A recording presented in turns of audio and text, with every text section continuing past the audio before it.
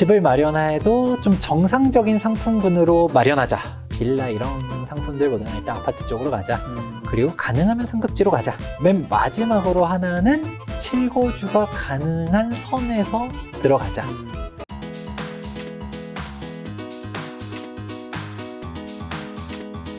그럼 경매는요? 요즘 뭐 경매 생각보다 어렵지 않다 이런 이야기도 되게 많잖아요. 이런 말하기 좀 뭐한데 경매는 경매 책 파는 사람이랑 네. 경매 강의하는 사람만 돈을 버는 구조예요. 아유, 농담이에요. 실제로 경매로 돈을 버는 사람들이 있긴 해요. 있긴 한데. 근데 대부분 네. 상식적으로 생각해 볼게요. 네. 경매하면 이미지가 좀 어때요? 좀 뭔가 어렵고 무서워 보이죠. 그런 것도 있지만 뭔가 경매로 산다라고 하면 뭔가 시세보다 싸게 살 것 같고 그렇잖아요. 싸게 사는 게 좋은 거죠. 왜냐면 애초에 경매로 나왔던 것 자체가 네. 내가 시세보다 비싸면 애초에 입찰을 안 할 거고 그렇죠. 시세보다 싸니까 들어가는 거잖아요. 네. 그러니까 사람들이 약간 경매는 시장에서 부동산에서 매수하는 것보다 일단 싸게 산다라는 환상이 되게 많아요. 근데 이게 경매는 장이 안 좋을 때 돈을 버는 구조지 장이 좋을 때는 돈을 못 벌어요. 왜 장이 좋아요? 부동산이 계속 올라가? 그러면 당연하겠지만 부동산 현장에서 최고가를 차익 갱신해서 매수할 수 있는데 네. 경매로 왜 넘어갈까요? 경매까지 안 가겠죠. 경매로 좋은 물건 잘 안 가죠. 네. 그럼 경매로 넘어갔다는 거는 하자 있는 물건들이 대부분이고요. 그리고 그런 권리 분석을 내가 진짜 제대로 할 수 있느냐. 네. 그래서 사고 터지는 사람들이 너무 많고요. 네. 일단 어려운 분야 중 하나죠. 그거를 내가 진짜 다 풀어나갈 수 있다라고 하면 가도 되는데 내가 모르는 국세 체납이 있었다. 빵 터지면 빵. 그러면 이제 내가 낙찰 금액도 그냥 엄청 비싸게 사게 되는 꼴이 될 수도 있는 거고 혹은 몇 천만 원 싸게 사도 이게 몇 천만 원 싼 게 내가 그 명도하고 시간적 노력에 대한 비용들 생각하면 사실 그렇게 싸지 않을 수도 있고 또 무엇보다 그 정도로 몇 천만 원 싼 거는 부동산 시장만 예의주시하면 간혹 금매물도 잡을 수 있어요. 그 정도는 경매로 갈 필요가 없고요. 네. 진짜 하자가 없는 물건들 깨끗해. 그러면 되게 웃긴 게 경매에서 신고가를 갱신하는 경우들도 있어요. 그럼 사람들이 얘기해요. 미친 거 아니야? 그럼 왜 경매에서 그걸 신고가를 갱신하지? 하는 사람도 있거든요. 그런 장이다 보니까 경매에서 진짜 우스갯소리로 경매 강의하는 사람들만 돈 번다라고 얘기하는 게 이게 뭐 경매로 돈을 버는 구조가 아니고 실제로 경매를 보면 제가 주로 올라가는 상품이 아파트라는 얘기했잖아요. 아파트가 아니에요. 맨날 빌라라든지 맨날 이런 것들을 갖다가 내가 사가지고 뭔가 뭐 리모델링도 좀 하고 해서 조금 더 비싸게 좀 팔어. 이게 짤짤이들 투자해서 이런 쪽으로 많이들 얘기하게 되는데 이게 뭐냐면 애초에 아파트라든지 누가 봐도 투자 가치가 좋은 상품들은 경매로 안 나오니까. 그러니까 내가 뭔가 진짜 시간이 남아돌고 내가 그렇게 막 다 해서 샀다 팔았다 내가 명도도 다 하고 권리 분석도 하지 안 터질 자신 있고 그러면 경매를 해서 이렇게 벌어야 되는데 근데 막상 그렇게 저도 경매 전문가분들 아는데 내가 경매 다들 힘들다 얘기 많이 하고 그분들 또 얘기하는 게 경매로 처음에 난 샀다 팔았다 해가지고 몇 천만 원 번 줄 알았더니 그냥 아파트 가지고 있는 사람이 가만히 있는데 올라가. 그게 훨씬 더 많이 버는 시장이다 보니까. 왜냐면 경매로 사는 상품이 아파트가 아니잖아요. 네. 비주류를 가지고서 건들다 보니까 사실 내가 얼마 남겨먹기 이것만 생각하는데 사실 장이 올라가는 걸 못 보고 있는 거죠. 경매로 돈 벌기는 어렵다. 이 영상을 경매하시는 분들이 굉장히 싫어요. 경매로 또 다른 건 또 있을까요? 전문가분들은 또 벌 수 있다. 네. 이 정도로만 얘기할게요. 오해하지 마세요. 네. 뭐 그 다음에는 이제 이렇게는 좀 경매 토지 상가 이거는 좀 네. 되게 어려운 분야. 네. 진짜 전문가들만 돈 버는 분야. 뭐 이 정도로만 얘기한다 하고 그래서 돈을 못 버는 거 아니에요? 벌 수는 있어요. 네. 전문가만 볼 수 그렇죠. 있다. 초보자가 들어가기에는 되게 난이도가 높다. 그래서 저도 재개발 전문가들은 재개발을 그렇게 강력 추천하진 않거든요. 좀 알고 들어가야 된다. 그때 얘기하잖아요. 초기 단계 재개발 이거 초보자가 할 수 있는 레벨이 절대 아니에요. 이렇게 얘기하고 그 다음에 이젠 절대 하면 안 되는 걸 얘기해 볼게요. 네. 지역주택조합 절대 하면 안 돼요. 이게 지역주택조합 혹시 들어보셨나요? 아니 잘 못 들어봤어요 이거는. 그러면 뭔가 느낌이 조합이래 하니까 재건축조합, 재개발조합, 리모델링조합 뭔가 조합이라고 하니까 지역주택조합도 괜찮은 것 같네? 라고 생각할 수 있는데 거기 들어간 사람들이 다 망해요. 예를 들어서 뭐 혹시 마포 쪽에도 있나 없나 모르겠지만 길 지나가다 보면 지금 마포의 34평형 아파트 지금 이 금액의 마지막 기회. 본 적 있죠. 그래요? 있죠. 네. 가끔 막 가다 보면 보이죠. 플랜카드. 마포든 뭐 어디든 그쵸. 뭐 그 다리 그 도로에 가끔씩 플랜카드 붙어 있잖아요. 네. 신축 아파트 25평형을 5억으로 맞아. 뭐 이런 식으로 있어요. 아니 그렇게 좋은 거 있으면 왜 광고를 할까요? 그러니까. 위심부터 해야 된다는 거예요. 옛날 궁금했으면 그게 뭡니까? 그게 바로 지역주택조합들인데 네. 이게 이렇게 한마디로 정의할 수 있어요. 지역주택조합의 문제점은 어떻게 말할 수 있냐면 네. 남의 땅에 남들이 와서 집을 짓겠다라고 말하는 거예요. 예를 들어서 이제 김 작가님이 있는 동네가 있는데 네. 갑자기 지역주택조합을 설립해가지고 이쪽에 내가 신축 아파트를 짓겠습니다 하는 거예요. 그러고서 김 작가님 보고 여기 나가세요. 내가 여기 아파트 지을 거야. 하면 나갈 거예요? 안 나가겠죠? 네. 그리고 뭐 그러면 안 나갈 거야? 그러면 내가 집을 살게. 네. 파세요. 그러면 팔 거예요? 안 팔겠죠? 뭐 아예 내가 여기 계속 살 거면 안 팔 수도 있고 혹은 판다라고 하면 뭐 시세보다 비싸게 해주면 뭐 잘 받아주면 팔게 이 정도 생각하겠죠. 그렇죠. 근데 이 돈들을 그 지역민들이 아닌 외지인들이 돈을 모아서 그 마포에 있는 땅들 다 산대. 현실적으로 가능할까요? 불가능해요. 네. 그렇다 보니까 이게 뭐 어떻게 비교해 볼 수 있냐면 재개발 재건축 같은 경우는 네. 그 지역 주민들이 시작을 해요. 그 재개발 지역의 소유권자들이 다 모이고 재건축인 그 아파트 주민들이 다 모여서 네. 75% 동의를 받아가지고 네. 내가 가지고 있는 건축물 다 현물 출제해가지고 네.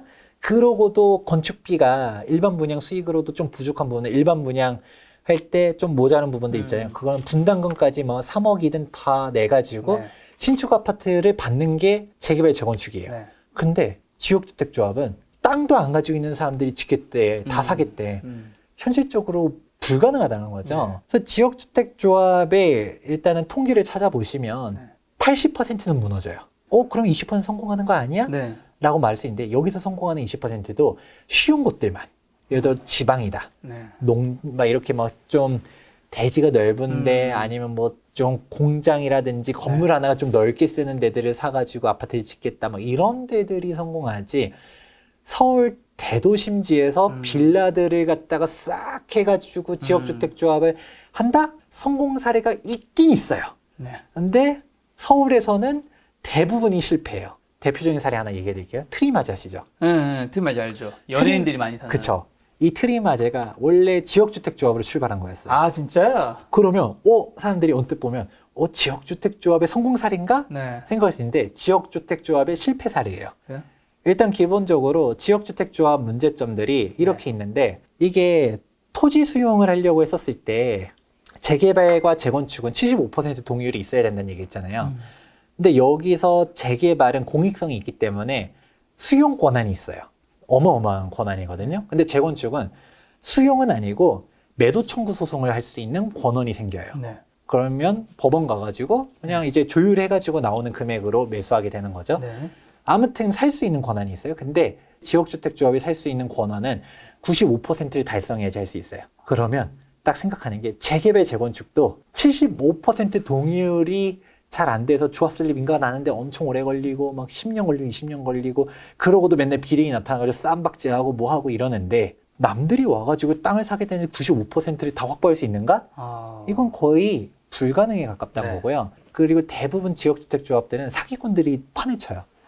이게 지역주택조합을 네이버에 한번 검색해 보세요. 네. 여기서도 화면이 뜰지 안 뜰지 모르겠지만 네. 나중에 참고하려면 뜬다라고 하면 네이버에 그냥 지역주택조합 검색하면 쫙 뜨는 게 파워링크로 다 변호사들이 다 걸려 있어요. 다들 지역주택조합 탈퇴하는 법, 법, 지역주택조합 소송 문의 막 이런 식으로 나와요. 뭘까요? 그런 사람들이 다들 탈퇴하고 싶어 한다라는 거죠. 돈이 낸다라는 거고 사건 사고가 많고 근데 이게 소송으로 가면 대부분 돈을 다 못 돌려받아요. 왜냐? 이게 사기인데 사기가 아니에요. 여러 가지 조항을 만들어 놨겠죠. 이게 되게 웃긴 거가 내가 조합원을 가입했잖아요. 네. 집행비로 빠져나가는 거는 사기가 아니에요. 그냥 실제로 소비를 한 거거든요. 이제 임직원들 막 급여 다 나가고 월급 나가고 뭐 용역 또 끼리끼리 용역해서 비싸게 발주하고 해가지고 네. 돈들을 조합원들 돈이 막 몇백억이 쌓여있어요. 쫙 날아가는 거죠. 물론 대놓고 들고 날아가는 사례들도 많아요. 기사 보면 사기 횡령, 그 경우는 사기 횡령이지만 근데 그냥 가만히 깔고 앉아서 몇 년 동안 지나가면서 쭉 그걸 갉아먹는다? 네. 그건 남는 것도 없어요. 그런 식으로 가면서 나중에 돈 더 넣어라. 그런 식으로 가게 되는데 일단 그런 사기 유형이 되게 많다는 게 첫 번째. 근데 트리마제 얘기를 다시 돌아갈게요. 네. 저 아까부터 궁금해하고 있었어요. 트리마제가 여기는 진짜 제대로 뜻을 모아서 가던 조합이었었어요. 네. 그건 사기꾼들만 있는 게 아니라 진짜 조합이 일심단결해가지고 막 잘 가고 있었고 그 토지도 다 매수하고 네. 거의 다 매수하고 이주 철거도 시키고 네. 그랬었었는데 그래서 그때 지역주택조합은 아니다라고 생각했었는데 저기는 성공하나 보다 했는데 알박기가 돼버린 거죠. 이 몇몇 집들이 95%의 그게 토지로 확보해야지 나머지한테 매도 청구 소송을 걸 수 있다는 얘기잖아요. 그 5%가 죽어라 안 모이는 거야. 그 시간 계속 끌려나가고 2주 철거 들어가면 돈들 막 무지하게 들어가거든요. 금융비용하고 파산을 해버린 거죠. 조합이 무너진 거예요. 그거를 동부건설에서 사가지고 지은 게 트리마제. 이게 지역주택조합 원들의 피땀 눈물로 지은 건축물이죠. 그래서 그때 지역주택조합원들은 네. 땡전 한 푼 못 가져가고 다 청산당했어요. 그렇게 하다 보니까 이게 우리 조합은 아니에요. 아니 내가 조합장님 눈을 봤더니 눈이 선해. 절대 사기칠 사람이 아니야. 내가 좀 관상을 보는데 이 사람은 너무 착한 사람이야. 그 경력도 화려해. 네. 뭐 정말 이런 사람이 과연 사기칠까라고 해서 뭐 진짜 사기 안 칠 수 있어요. 네. 근데 좋은 뜻으로 간다 하더라도 네. 엎어질 수 있는 게 지역주택조합이다. 일단은 믿고 걸러라. 네. 믿고 거르자. 그렇죠. 그런 식으로 얘기하고 싶고 그 다음으로 진짜 무조건 안 되는 거. 이제 분양형 호텔 들어본 적 있나요? 네, 들어봤죠. 제 주변에도 당한 사례가. 그래요? 제주도에 제주도에 한창 그 유행할 때 되게 맞아요. 있었죠. 이게 그러니까 뭐 당한 사례가 있다라고 하니까 먼저 물어볼게요. 어떤 식으로 당했나요? 아니 뭐 제 얘기는 아니라 저 자세히 네. 모르는데 그게 이제 뭐 오른다 해서 뭐 호실을 사는 거죠. 맞아요. 호실을 사요. 호실을 샀는데 뭐 손님도 별로 안 오고 가격도 안 오르고 뭐 결국에는 그냥 내가 갈 때 가끔 묵는 장소. 이게 딱 정답이 여기 있는 거예요. 네. 이게 호실을 산다라는 게 함정이 있는 거예요. 이제 분양형 호텔의 이제 문제점 중 하나가 원래는 당연히 우리가 호텔이다. 예를 들어 뭐 신라 호텔이야. 막 이렇게 하면 소유주가 하나잖아요. 그렇죠. 그럼 운영 주체가 하나니까 내가 운영을 막 하고 뭐 하는데 뭐 한창 이제 뭐 외국인들 지금 코로나 때문에 다 호텔들도 막 안 좋고 네. 하지만 예전에는 뭐 관광객들이 묵을 그렇죠. 집이 없다 뭐다 이런 뉴스도 많이 나오고 하니까 네. 호텔을 짓자. 근데 호텔을 개인이 짓기 너무 힘드니까 이거를 갖다가 돈을 다 모으는 약간 리츠과 비슷하게 십시일반 돈을 네. 다 모아가지고 한다. 뭔가 거창해요. 있어 보여요. 뭐 뭔가 느낌이 있어 보여. 우리가 콘도도 회원권 사듯이 네. 뭔가 호텔에 한 호실, 이거 좀 괜찮은데? 그럼 내가 숙박할 땐 좀 싸게도 할 수 있다라고 하고 나도 뭔가 호텔에서 월세 받고 주택 수에도 안 들어가니까 뭐 다주택자도 아니고 있어 보이고 막 또 분양할 때 확정 수익률 8% 하면서 막 분양하잖아요. 맞아. 근데 이게 함정들이 있는 게 일단은 확정 수익률 얘기 나온 게 먼저 얘기하자면 그거는 다 사기예요. 처음에 좀 나오다 그 다음에 안 나온다는 식으로 그렇죠. 들었는데. 확정 수익률 8%를 뭐 5년 보장 얘기해도 막 처음엔 좀 넣어주다가 나중에 잠적해도 이건 뭐 어떻게 할 수 있는 게 없고요. 그리고 이미 대법원 소송 사례가 있어요. 네. 우리가 확정 수익이라는 것 자체가 그게 대법원에서 인정을 안 해줘요. 그게 진짜 소송으로 갔었을 때 네. 그냥 이거를 당연히 리스크가 없다라는 게 네. 존재할 수 없다라는 거죠. 물론 계약에 의해서 이게 뭐 진행해주고 이거에 따른 민법상의 규정들은 있을 수 있지만 네. 우리가 뭐 주식 같은 경우도 나는 리스크 제로 이런 것들은 실제로 패소 사례가 있거든요. 나는 이제 원금 손실이 없다. 보전해주겠다. 네.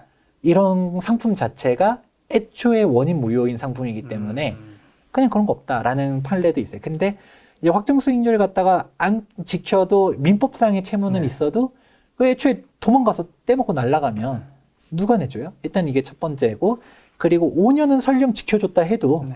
그 5년이라는 게 이미 분양가에 또 녹아 있어요. 여러분들의 분양가의 그 5년 동안 이자 8%줄 것까지도 이미 다 녹여놔서 내가 먼저 내고 내가 돌려받는 정도고 이후는 이제 그냥 나가리 될 수 있는 부분인데 이제 그 다음에 왜 차 운영이 안 되는가? 이게 도덕적 K, 모럴 해저드가 이제 나타나는 부분인데 신라 호텔에서 소유권자가 한 명이에요. 네. 예를 들어서 뭐 이부진이 나타난 거예요. 네. 해가지고 경영이 잘 안 돼. 네. 그러면 야, 너 이렇게 할 거야 하면 잘못했습니다. 물론 이런 식으로 안 하겠죠. 근데 뭐 이러면 그럼 우리는 어떤 식으로 퀄리티를 높여나가고 어떤 식의 전략을 해가지고 좀 더 잘하겠습니다. 그래. 이렇게 해봐가 되는데 얘네들은 주인이 여러 명인 거예요. 주인이 여러 명 정도가 아니라 몇백 명이에요. 그쵸. 그러면 관리인 입장에서는 얘 와가지고 야 지금 왜 수익이 안 나? 수익이 안 나가지고 이제 뭐 확정 수익 보장해 주던 기간이 이제 지나갔어요. 지금 수익이 아니라 우리 손실이 나서 저희가 뭐 배당할 수 있는 게 없습니다. 라고 했었을 때 어떻게 할 거야? 그럼 이게 주인이라고 하면 야, 나쁜 놈 다음에 자르든 뭐라든 그러면 어떤 식으로 할 거야? 그래 비용이 너무 방만하네 줄여. 이런 식으로 할 수가 있는데 네. 이거를 못하죠. 나는 그 수많은 한 주인 중 한 명이니까. 명이니까. 그러고 대부분 이런 사람들이 이게 주인의식도 없고 관심도 없고 그러고 그러면 운영 주체도 방만하게 경영을 하게 되는 거죠. 굳이 우리가 삼성전자다라고 하면 네. 그 역시 주인은 여러 명이지만 사실 네. 오너가 있고 네, 그렇죠. 주주총회도 하고 뭐 하고 하면서 이제 너네 왜 실적 이따위야 하면서 얘기할 수도 있는데 이 사람들이 모이지도 않잖아요. 네. 그러니까 그냥 뭐 굳이 내 급여를 많이 챙기는 거죠. 네. 호텔 지배인이다 라고 하는데 장사가 잘 되든 안 되든 내 급여는 400만 원, 500만 원. 이제 종업원들 쓸데없는 인력들 막 솔직히 인력들을 갖다가 뭐 다 명분을 붙이면 다 갖다 집어넣을 수 있잖아요. 그렇죠.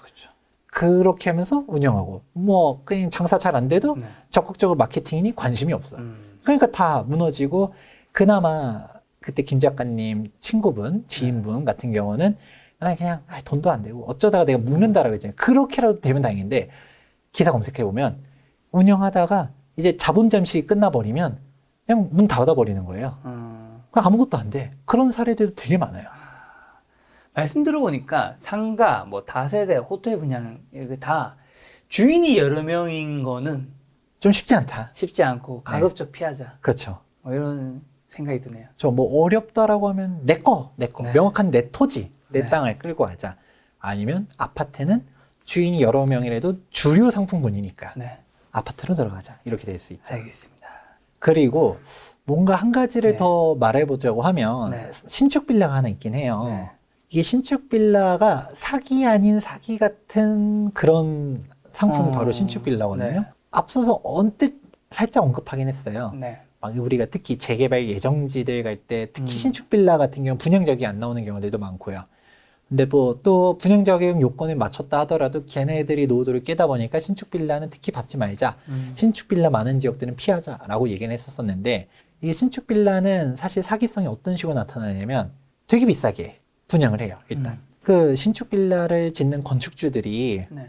자기도 뭔가 남겨 먹으니까 그렇게 짓겠죠? 쉽겠죠. 내가 손실 본다라고 하면 자선 사업가도 아니고 네네. 뭔가 부푼 꿈이 있어서 나는 자선 사업가야. 이렇게 빌라를 갖다가 오래된 빌라에서 사는 게 너무 불쌍해. 그래서 내가 신축 빌라를 지어가지고 편안하게 살 수 있도록 해야지라는 사람 없잖아요. 그래서 없어요. 다 돈을 벌려고 하는 거겠죠? 그럼 뭔가 남겨먹겠죠? 근데 빌라 자체가 잘 분양이 안 돼요. 제가 계속 얘기했잖아요. 빌라는 잘 안 올라간다고. 네. 그러니까 사람들이 빌라를 갖다 잘 안 살려고 하다 보니까 빌라를 팔기 위한 마케팅을 어떤 식으로 하느냐. MGM이라고 한다든가 혹은 R이라고 표현하거든요. 네. 리베이트라고도 하죠. 이거를 줘요. 그거를 얼마를 주느냐? 돈 1,000만 원 줘요. 그러면 그쪽에 있는 분양업자들한테 막 홍보를 하는 거죠. 여기 한 채 팔 때마다 돈 1,000만 원씩 줄게. 우리가 아파트 매매 계약했을 때 솔직히 뭐 아파트 매매가 뭐 10몇 억 하다 보면 법정 수수료로 가면 뭐 한 돈 1,000만 원도 되지만 그 1,000만 원 다 안 주죠. 그렇죠. 야, 너가 하는 게 뭐가 있어? 그래서 막 깎죠. 깎아대면서 500만 원 너무 많아. 그래서 막 이제 깎아대면서 막 간신간신 하는데 빌라를 하나 팔려고 한다. 네. 라고 하는데 투자하기도 쉬워. 아파트는 매매금이 엄청나게 높잖아요. 막 우리가 10몇 억짜리를 거래하고 투자 금액도 엄청나게 들어가고 하다 보니까 사람들은 엄청 신중하잖아요. 간신히 설득해서 여기가 부동산 가격이 앞으로도 괜찮고 입지가 어떻고 얘기해서 간신히 계약을 해서도 막 1,000만 원 받기가 쉽지가 않은데 네. 빌라는 여기 개발호재 있고요. 무엇보다 투자금이 낮아요. 3,000만 원을 투자할 수 있어요. 네. 소액 투자할 수 있습니다. 뭔가 가볍잖아요. 땡기네요, 갑자기. 3,000만 원 살 수 있대. 라고 했는데 그 3,000만 원 쉽게 팔고서 또 이 부동산 사장님이 아주 천사야. 중개 수수료도 안 받겠대. 네. 이 사람은 돈을 어디서 벌길래 그랬을까? 딴 데서 받는 거죠. 그 분양주들. 그때 의심했어야 되는데. 그렇죠. 아이고 이게 우리 유명한 말 있잖아요. 공짜 점심은 없다. 밀턴 프리드먼이 얘기했었었는데 네. 결국 우리가 의심을 해야 된다라는 거죠. 네. 왜 그렇게 싸게 좋게 해줄 수 있을까? 그렇게 소액 투자. 좋으면 네가 하지. 좋으면 네가 하지. 왜 나한테 그렇게 얘기를 할까? 얼마 안 들어가잖아. 너 3천만 원도 없어? 아, 3천만 원짜리를 막 100채 사서 없어요라고 하면 할 말이 없지만 아무튼 간에 그렇게 해서 줘요. 그러면 이거를 갖다가 1,000만 원씩 막 하니까 그걸 분양하는데 그 반대로 뒤집어 생각해 보는 거예요. 네. 1,000만 원을 MGM이나 R로 갖다가 내려줄 정도면 네. 그 분양가에 또 녹아 있다라는 거죠. 그렇죠. 그런 거고, 그건 또 뭔가 의문이 생길 수 있어요. 아니, 그렇게 사람들이 바보도 아니고, 그럼 비싸게 분양한다는 거잖아요. 그 비싸게 누가 살까? 네. 그리고 예를 들어 시세가 5억짜리인데, 네. 6억에 분양해요. 살겠어요? 안 사겠죠? 누가 사요? 그거를 사게 만들어요. 어떤 식으로 하느냐. 시세가 예를 들어 5억짜리 동네인데, 얘를 갖다가 더 비싸게 하고 싶은 거예요. 5억 5천에 분양하고 싶어. 재개발 호주 있다? 뭐 그런 식으로 하는 경우들도 있고요. 뭐 대표적으로 일단 투자 금액을 낮춰버려요. 이 동네 매매 금액이 5억짜리인데 여기가 전세 시세가 뭐 한 4억이라고 할게요. 그러면 현금이 1억이 필요하겠죠? 근데 이쪽에 이거를 갖다 비싸게 더 팔고 싶어. 그러면 얘를 갖다가 매매 금액을 5억 5천을 올리려고 해요. 그건 전세 시세는 똑같이 4억이야. 근데 1억 갭이 1억도 아니고 1억 5천이 돼버리잖아요. 그럼 돈이 더 들어가는데 누가 이걸 미쳤다라고 해요. 네. 이거를 전세를 그냥 5억 혹은 5억 2천에 맞춰버려요. 그런데 이상하네요. 전세 시세가 4억이라 했는데 왜 이렇게 전세를 높게 맞출까? 이게 전세를 그냥 맞출 때도 돈을 줘요. 아. 전세를 맞추면 여기도 1,000만 원 혹은 500만 원 이렇게 줘요. 그러면 그냥 잘 모르는 신혼부부 왔었을 때 이 신축 빌라는 깨끗하고 좋아 보이잖아요. 이상한 막 썩은 빌라 같은 경우 이경보다도 옵션도 잘 돼 있어. 네. 뭔가 신축 아파트면 좋아하는 거죠. 신축 빌라라고 하니까 네. 또 좋아 보이는 거죠. 그러니까 여기로 가야겠다 하면서 전세를 또 대출까지도 알선해 주기도 해요. 저리로 막 이렇게 막 꽂아주고 막 입주 지원금도 주기도 하고요. 네. 막 무슨 이자 이걸로 내세요 하는 사람들도 있어요. 막 그렇게 해서 높게 세팅했다. 그럼 투자금이 낮아지죠. 네. 그거 갖다가 분양을 할 수 있는 거예요. 그렇게 해서 팔게 되는데 이게 사실 조금만 알아보면 금방 알 수 있어요. 주변 시세를 알아보는 거죠. 네. 주변에 막 분양하는 거 말고 지금 현재 뭐 한 5년 차, 6년 차 된 빌라대 가격이 얼마인가, 한 10년 차, 20년 차 된 빌라대 가격이 얼마인가, 그 동네 전세 시세가 얼마인가 알아보야 되는데 전세 시세를 그렇게 높게 맞춰놨는데 그렇게 그런 소액으로 매수한 사람들이 빼줄 돈이 있을까요, 없을까요? 없겠죠. 그래서 최근에 세보녀 갭투자 네. 사건 터진 거 있잖아요. 500채를 500채 빌라를 가지고 있었대요. 그 사람이 전세금을 돌려줄 돈이 없잖아요. 네. 그러니까 이제 문제가 발생돼 버리는 거죠. 이거를 갖다가 이게 우리가 투자를 잘못하면 안 된다라는 게 매수자도 중요하지만 임차인도 중요하다는 거죠. 임차인이 공부를 잘 안 해놓고 그냥 들어갔다가 좋은데 하면서 들어갔더니 전세 시세보다 되게 비싼 가격을 간 거예요. 그러면 이게 내가 시간이 지나갔을 때 전세 다시 내놓으려고 했더니 그때는 이렇게 수수료를 500만 원, 1,000만 원씩 내려주는 사람 없죠. 없죠. 이거 뭐 법정 수술 해봤자 뭐 100만 원, 200만 원밖에 안 하잖아요. 네. 그러면 중개사 입장에서는 네. 이제는 굳이 걔를 적극적으로 푸시할 이유가 없겠죠. 그리고 애초에 그 동네 부동산들 대부분이 네. 그렇게 말도 안 되는 물건들은 안 맞춰요. 왜 이거는 거의 반사기니까. 그러니까 돈에 환장한 사람들도 있지만 대부분 중개사분들 역시 정상적으로, 왜냐면 그 지역에 계속 얼굴 보고 살 그쵸. 사람들이잖아요. 계속 해야 되니까. 그러니까 그런 식으로 터무니없게 안 하는데 그거를 분양하는 사람들은 외부에서 막 분양하는 사람들이 와가지고 그걸 탁 팔고 전세 세팅하고 그런 식으로 빠져나가면 네. 찾을 생각이 없게 되는 거고 네. 그랬었을 때 전세금을 돌려주세요 했는데 집주인은 전세금을 맞춰줄 수가 없어. 네. 그러고서 전세 시세는 더 싸. 네. 이거 어떻게 할 수 있는 게 없다라는 거죠.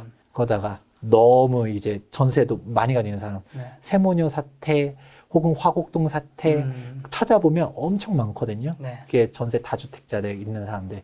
그 사람들 무너지면 싹 전세금들 다 날라가고 네. 위험하다 보니까 신축 빌라를 사도 되긴 돼요. 사는데 내가 시세를 다 잘 알아보고 네. 이거 시세랑 이거는 정상 시세야 라고 하면 받으셔도 되는데 네. 대부분은 웃돈이 붙어 있는 경우가 많고요. 그리고 재개발이 된다라고 생각하면 결국 대지 지분이거든요. 네. 대원 신축 빌라들 대지가 작아요. 내가 재개발을 기다린다라고 하면 구축 빌라를 사야 되는 게 훨씬 더 낫는 거고요. 내가 실거주할 것도 아니야. 네. 이런 거면 애초에 빌라는 한계가 명확하고 네.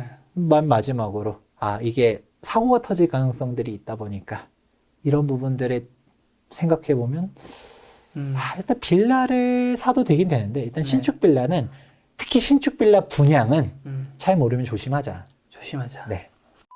자, 지금 뭐 부동산 투자 관련해서 좀 위험할 수 있는 것들에 대한 이야기를 좀 해주셨잖아요. 그러면 우리가 어쨌든 투자를 할 때 이게 뉴스에도 보면 내 집을 샀는데 아니면 뭐 전세 자금을 들어갔는데 그거를 이제 날라간다든가 이런 거 여러 가지들이 많잖아요. 내 돈을 좀 지키는 것들. 그러니까 투자를 해서 버는 것만큼 중요한 거는 내 돈이 날라가지 않는 것도 중요하잖아요. 이런 이야기 좀 하나 해주신다면. 너무 좋은 조건 같으면 일단 의심해라. 네. 얘기했었잖아요. 공짜 점심은 없다. 나한테 너무 큰 호의를 베풀어준다? 내가 딱 갔더니 부동산 사장님이 짜잔 하면서 딱 너무 좋은 타이밍이 왔습니다. 네, 나 진이야. 당장 지금 하지 않으면 안 돼요. 막 이 조건이 너무 좋아. 물론 좋은 물건일 수도 있어요. 근데 제가 얘기했었던 거. 일단 대부분 아파트에서는 네. 그렇게 사고 터질 일은 거의 없어요. 그러니까 물론 비싸게 사느냐 싸게 사냐의 문제는 있을 수 있어도 그 시점에 비싸게 샀다 하더라도 장이 좋아지면 올라가는 부분들도 있거든요. 네. 내가 그때 당시 최고가를 찍었었지만 네. 지나고 보니까 신고가를 계속 갱신해. 라고 할 수도 있잖아요. 그래서 아파트는 사실 그런 경우들은 많지 않지만 근데 아파트조차도 일단은 발품을 많이 팔아라 라고 하고 싶어요. 일단은 너무 맹신하기보다는 네. 뭐 이제 좀 많이 알아보고 네. 근데 여기서도 사실 또 이거는 상충되는 발언일 수도 있죠. 너무 많이 돌아다니면 네. 집값을 올려요. 부동산을 내가 발품 많이 팔래 해가지고 네. 이 부동산 저 부동산에서 그 동네 부동산 찾아오면 막 20개 30개 넘게 있거든요. 네. 다 돌아다녀서 제일 싼 거 찾아야지 하고 돌아다녀요. 그러면 손님은 한 명인데 딱 매도자 예를 들어 김 작가님이 네. 딱 마포 아파트를 매물로 내놨었어요. 네. 갑자기 A부동산 그 매물 아직 살아있나요? 네, 살아있으면 했는데 네, 손님 와가지고 매물해볼게요. 이제 한번 얘기해보겠네요. B부동에 또 전화 와. 또 C부동산 D, E, E. 그래서 막 전화 오씨 갑자기 부동산 분위기가 엄청 좋아졌나? 착각을 할 수 있단 말이죠. 네.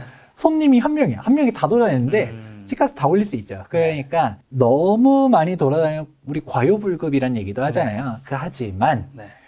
적어도 한 3군데는 가자. 뭐 일단 가장 목이 좋은데 네. 아니면 또 가장 마케팅 잘하는데 네. 내가 원하는 마포의 아파트를 검색해 봤더니 블로그 제일 잘해. 이런데 한번 전화해 본다든가 또 제일 오래된데 좀 위치는 좀 구석진데 이 일대에서 뭐 20년, 30년 동안 한 부동산이야. 네. 그럼 그 동네 토박이라서 다른 데 안 나오는 매물들이 네. 있을 수도 있죠. 그 3개 정도만, 3군데 정도만 가도 적어도 비슷비슷한 가격대들의 수준들을 알 수 있고, 그러면 그때 처음에는 갑자기 좋은 물건이에요 라고 해도 확 믿기 어렵잖아요. 근데 몇 군데 가봤더니, 한 3군데만 갔더니, 이 물건이 확실히 좀 제일 싼 것 같긴 하네. 네. 그러면 사는 거지. 막 그렇게. 즉, 가장 첫 번째 원칙은 너무 맹신하지 말고 네. 너무 좋은 조건이 일단 위신부터 하고 네. 일단 발품을 좀 팔아라. 첫 번째. 아파트는 별로 사고 터질 일은 없지만 네. 특히 빌라 같은 경우는 네. 아파트는 요즘 사이트도 잘 돼 있잖아요. 호갱노논이 뭐 우리가 아파트 실거래가, 아실, 뭐 부동산 플래닛 네. 이런 사이트들이 워낙 잘 돼 있다 보니까 확인하기는 쉬워요. 아니면 정작 원 데이터 소스 그냥 국토교통부 들어가면 네. 알 수 있거든요. 얘가 얼마까지 거래가 됐는지. 근데 빌라의 가장 큰 단점은 시세 체크가 어렵다. 얘가 얼마에 거래했는지 잘 모르잖아요. 그렇죠. 그 시세도 뭐 잘 모르겠고 얼마에 거래됐다 하더라도 면적 다르고 연식 다르고 방 구조 다 다르다 보니까 네. 이렇게 획일성이 없잖아요. 동질성이 없다 보니까 이게 약간 좀 개별성들이 너무 강해가지고 어렵다라는 부분들이 있는데 그런 거는 내가 진짜 빌라는 발품을 많이 팔아보고 네. 이게 시세에 적정한지 전세는 또 어떤지 그러고서 들어가야 될 필요성도 있고요.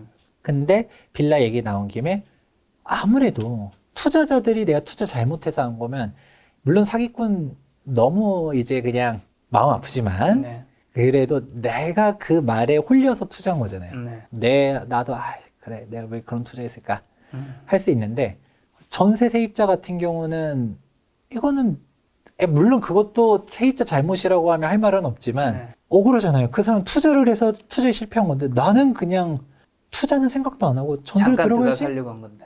했는데 전세 보증금을 날려. 그러면 안 되잖아요. 네. 이 경우는 이 정도 얘기하고 싶어요. 진짜 빌라는 전세 보증보험 들라고 얘기해드리고 싶어요. 그 전에 전입신고랑 확정일자는 뭐 당연히 기본. 그쵸? 아, 그러네요. 이거 먼저 얘기하겠네. 네. 일단은 내가 전세 계약서를 작성하게 되면 네. 전입신고랑 확정일자는 무조건 받아야 돼요. 그렇죠. 이거를 법적으로 뭐라고 얘기하냐면 이제 채권의 물권화라고 얘기하거든요. 일단은 확정일자 뭐 이런 부분들을 일단 차치하고서 예를 들어 김 작가님이랑 저랑 전세 계약을 체결해요. 네. 제가 집주인이고 김 작가님이 전세로 딱 들어왔어요. 네. 제가 돈을 안 돌려줘요. 이 전세 계약서는 유효한 거잖아요. 네. 돈 돌려줘 하면서 소송 걸 수 있겠죠. 그렇죠. 소송 걸려면 전 당연히 줘야 돼요. 네. 근데 문제는 제가 돈이 없는 사람이에요. 제가 알고 보니까 허우대면 멀쩡했지. 왜 하우스 푸어야. 알고 보니까 돈이 없어. 네. 돈 뭐 나 못 줘라고 하는 거예요. 그러면 어떻게 할까요? 나 몰라 배째. 뭐 경매로 넣든 뭐든. 네. 이럴 때 아파트는 매매 금액이 높으니까 전세보다 몇 억씩 다 비싸잖아요, 시세가. 네. 그렇죠. 문제 될 게 없어요. 네. 근데 전세는 근데 빌라는 깡통 전세들이 많거든요. 그러면 이게 깡통 주택들 이거 경매 넘어가도 그냥 뭐 돈도 없고 네. 그리고 뭐 국세 이런 거는 최우선 변제권이거든요. 네. 그러면 이런 다주택 빌라 투기꾼들이 막 종부세도 연체한 게 있어. 종부세 제하고 또 나가.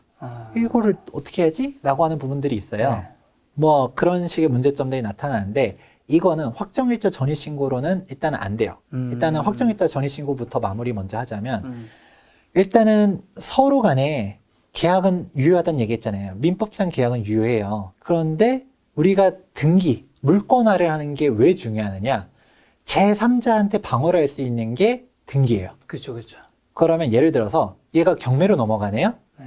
경매로 넘어갔었을 때 내가 우선 변제권이 있어 라고 주장을 할 수 있잖아요. 근데 중간에 막 은행도 껴나가고 뭐도 있고 그 채권자가 솔직히 그 경매로 넘어갈 때는 더 많을 거 아니에요. 네. 그 사람들이 먼저 다 배당 다 찾아가고 얼마 안 떨어졌어요. 네. 그러면 나는 이거 어떻게 해요? 깡통이 되는 거죠. 네. 그러면 민사는 남아 있어서 그 사람 보고 돈 내놔라고 민사소송 걸 수 있지만 애초에 다 털린 사람이 돈이 없겠죠. 그렇죠. 그러니까 이게 민법상 효력은 있어도 의미가 없는 거예요. 그래서 등기를 하는 게 중요한데 우리나라 사람들이 등기부 등본이 지저분한 걸 되게 싫어해요. 그러니까 나 전세권 설정 좀 할게요 라고 하면 반대를 하는 거죠. 그걸 왜 하는데? 나 못 믿어? 이렇게 나와버려요. 그렇죠. 뭐하러 이렇게 해? 아니 뭐 전세권 설정 등기 비용 내가 다 내겠다라는데도 네. 매도자의 동의가 임대인의 동의가 없으면 설정 자체가 안 돼요. 네. 이게 문제가 있다 보니까 이게 사건 사고들이 너무 많아서 주택임대차보호법에서 어떻게 나왔냐면 네. 전입신고와 확정일자를 다 받아버리면 그러면 이제 우리가 물권적의 효력을 줘요. 임대차 계약은 채권이지만 물권의 효력. 그러면 그때 우리가 선순위 세입자가 돼버리는 거예요. 네. 그 경매로 넘어간다 했었을 때 후순위 채권자가 있다라고 해도 내가 먼저 배당을 받을 수 있는 권리가 있는 거예요. 그렇죠. 이게 가장 기본인 거고 네. 근데 이게 가장 기본이지만 사실 김 작가님이 사실 이것도 되게 중요한 내용인데 네. 짚어주셨었잖아요. 네. 근데 이거를 살짝 넘어가려고 했었던 것 중 하나가 보통은 뭐 이것도 안 하는 사람들은 알아두는 게 중요하지만 보통은 이거는 다 해요. 그래도 그렇죠. 이번에 빌라에서 막 전세 사기 터지고 하는 것들은 그렇죠. 다 등록해도 사기 터진 것 중에 하나가 전입신고 확정일자 했는데 그 중에 하나 뉴스는 주인이 잠깐만 그 전입신고 좀 빼달라. 잠깐만 며칠만 막 인정으로 이제 인간적인 정으로 요청을 한 거죠. 근데 잠깐 뺏는 사이에 주인이 대출을 한 거지. 선순위가 딱 들어오는 거죠. 그렇지. 그러면서 우리 이제 전입신고 이걸 확정일자 다시 해도 이미 후순위가. 맞아요. 그런 사례도 있어요. 아. 그거 절대 해주시면 안 돼요. 전입신고 빼달라? 절대 해주면 안 돼요. 그런 그렇죠. 거는 왜 해달라고 하는지 그거를 한번 생각해 볼 그러니까. 필요성이 있어요. 그게 확정일자의 부여에 대한 효력이 있기 때문에 그렇죠. 그거는 조심하셔야 되고 근데 여기서 이제 나오는 거 내가 우선 면제권이 있다 하더라도 내가 선순위예요 해도 이게 깡통이면 받을 네. 게 없잖아요. 네. 그러니까 특히 내가 빌라 전세를 가는데 매매 시세를 꼭 알아보세요. 매매 시세. 매매 시세 알아봤는데 야 이게 가격대 차이가 얼마 안 나. 네. 몇천만 원밖에 안 나. 그러면 이거는 말이 좋아서 집주인이지 나보다도 거지야. 나보다도 돈이 없는 집주인이 네. 집주인 노릇을 하고 있는 거예요. 그러면 생각해 보는 거죠. 이거를 이럴 경우에는 전세보증보험을 들어라. 그러면 전세보증보험 들려고 했었을 때 전세보증보험에서 이런 사고가 터지면 애초에 보증보험료를 냈잖아요. 네. 보장받을 수 있어요. 그런 거고 사건 사고를 대비할 수 있고 또 여기서 알 수 있는 게 그 전세보증보험 가입하려고 했을 때 그 보증재단도 바보는 아니잖아요. 네. 문제가 있는 집들은 애초에 안 해줘요. 내가 가입하려 했었더니 여기는 요건이 안 맞아서 우리 보증보험재단에서는 가입이 안 됩니다라고 빠꾸 나오는 곳들이 있거든요. 네. 뭔가 하자가 있나? 그럼 하지 말라는 거네, 그치? 그쵸. 그 보증보험 내가 돈을 주겠다는데 싫대. 싫대. 그럼 뭔가 고위험군에 속하는 물건이기 때문에 안 해줄 거다라는 부분도 있기 때문에 특히 우리가 이런 빌라들 혹은 다가구 네. 다가구도 사건 사고가 많이 터져요. 왜냐면 물건은 하나인데 그 세입자들이 되게 많거든요. 네. 그 집주인이 이게 중개사 이제 중개사 대표님이 얘기하는 거죠. 여기 이게 얼마짜리인데 20억짜리예요 라고 하는데 전세가 5억, 5억, 막 이렇게 들어가 있는 거야. 집주인은 깡통이네? 이럴 수도 있거든요. 그러니까 전세보증보험 가입해보고 네. 특히 다가구다라고 하면 전입세대 열람을 내가 할 수는 없고 네. 집주인 보고 요청을 할 수는 있어요. 네. 그걸 집주인이 떼주면 기존에 있는 세입자들이 얼마에 살고 있는지가 다 나오죠. 그러면 여기가 조금 위험하다 싶으면 거를 수 있는 방법도 네. 내 재산을 지키는 방법 중 하나겠죠. 알겠습니다. 지금 부동산 투자 이야기 하다가 잠깐 이제 우리가 돈을 버는 것도 중요하지만 내 돈을 소중한 자산을 잃지 않는 건 또 더 지키는 중요한 방법. 거니까. 네. 그래서 그런 거에 대한 주제에 잠깐 이야기 나눴고요. 오늘 어쨌든 부동산 투자 관련된 여러 가지 이야기 나눴는데 부동산 성공 투자의 뭐 원칙 오늘 해주신 이야기를 바탕으로 좀 정리 한번 해주신다면. 일단 기본적으로 네. 집 한 채는 마련은 하자. 네. 그런데 집을 마련해도 좀 정상적인 상품군으로 마련하자가 네. 일단은 기본이고요. 네. 그러니까 즉 아파트, 음. 그러니까 빌라 이런 상품들보다는 일단 아파트 쪽으로 가자. 음. 그리고 가능하면 상급지로 가자. 그리고 맨 마지막으로 하나는 실거주가 가능한 선에서 들어가자. 왜냐면 아무리 많이 올라가도 세후 수익률이 보장이 돼야 되기 때문에 9억 이하는 100% 비과세, 9억 초과분은 안분 계산한다 하더라도 오래 보유 거주할수록 장기 보유 특별공제 계속 쌓여서 최대 80% 네. 받을 수 있거든요. 그런 식으로 가기 때문에 세후 수익으로 보면 훨씬 더 좋을 수도 있고, 그리고 1주택 포지션이라는 게 크게 버는 투자도 아니지만 잃지 않는 투자기도 해요. 진짜 부동산이 딱 김 작가님이 얘기했었던 것처럼 무한정 올라간다는 건 없어요. 네. 언젠가 조정의 장이 오겠죠. 네. 근데 조정의 장이 온다 하더라도 무한정 조정의 장도 없어요. 오히려 경제 규모가 완전히 쪼그라들지 않는 이상은 네. 애초에 경제 규모에 맞게 통화량도 늘어날 수밖에 없고 네. 부동산도 장기간으로 보면 우상향이죠. 네. 근데 내가 집을 하나 샀는데 1주택자예요. 네. 근데 얘가 떨어진다 하더라도 내가 이거 팔고 뭐 월세를 가고 그 다음에 또 바닥에 또 사겠다. 뭐 그래도 뭐 상관은 없어요. 근데 이게 결국 내가 떨어지든 올라가든 했었을 때 부동산이라는 게 그렇게 하루아침에 떨어지는 것도 아니고, 그리고 어차피 내가 다른 집에 가서 월세 낼 바에는 네. 뭐 그냥 거주한다라고 하면 그게 그거잖아요. 우리가 뭐 예를 들어 이렇게 생각해 볼 수 있는 거죠. 강남에 2008년도에 산 사람이에요. 제일 고점에 샀었었죠. 네. 그리고 지금 2021년도인데 네. 거기서 더 올랐잖아요. 일단은 그 중간에 하락장을 경험했을 때 마음 아프긴 해도 바닥에 사서 꼭지로 판다라는 거는 쉽진 않고, 그래도 내가 어차피 길게 롱 포지션을 간다라고 하면 1주택 정도는 일단은 내 주거 안정도 네. 생각하면 결국 가장 안전한 실물 자산 중 하나잖아요. 네.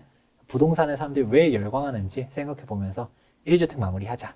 뭐 마지막으로 시청자분들한테 뭐 하고 싶은 말 있을까요?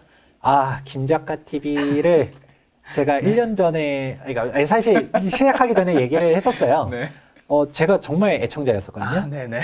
그랬었는데 최근에는 막 주식 얘기만 나와서 조금 좀 소원했었던 부분들이 네, 있었는데 네, 네. 또 이렇게 불러주셔서 감사드리고, 저보다 좀 더 다양한 이슈들, 또 오늘 네. 영상 올라가면 아마 욕을 오지게 먹을 수도 있는데 뭐 그래도 이제 가려 들으세요. 제 네. 말이 100% 맹신은 아니고 네. 이제 취사 선택해서 들으시면 되는데, 도움 되시는 분들에게는 도움 되셨길 바라고, 만약에 도움 됐다라고 하면 좀 좋은 댓글도 많이 달아주셔서 네. 다음에 또 김 올 작가 수 팀이 또 불러줄 수 있게. 이게 반응이 좋으면 또 불러줄 거고, 반응 안 좋으면 컷 이겠죠? 하여튼 네. 다음도 불러줄 수 있도록 힘내주세요. 네, 좋아요, 구독. 저 그렇게 뭐 칼 같은 사람 아닙니다. 아, 그런가요? 네, 오늘 만남의 손님은 이제 투비 부동산 컨설팅의 김재경 소장님이었습니다. 지금까지 여러분 소중한 시간 함께 해주셔서 정말 감사합니다. 오늘도 김 작가였습니다. 고생 많으셨습니다. 네, 감사합니다.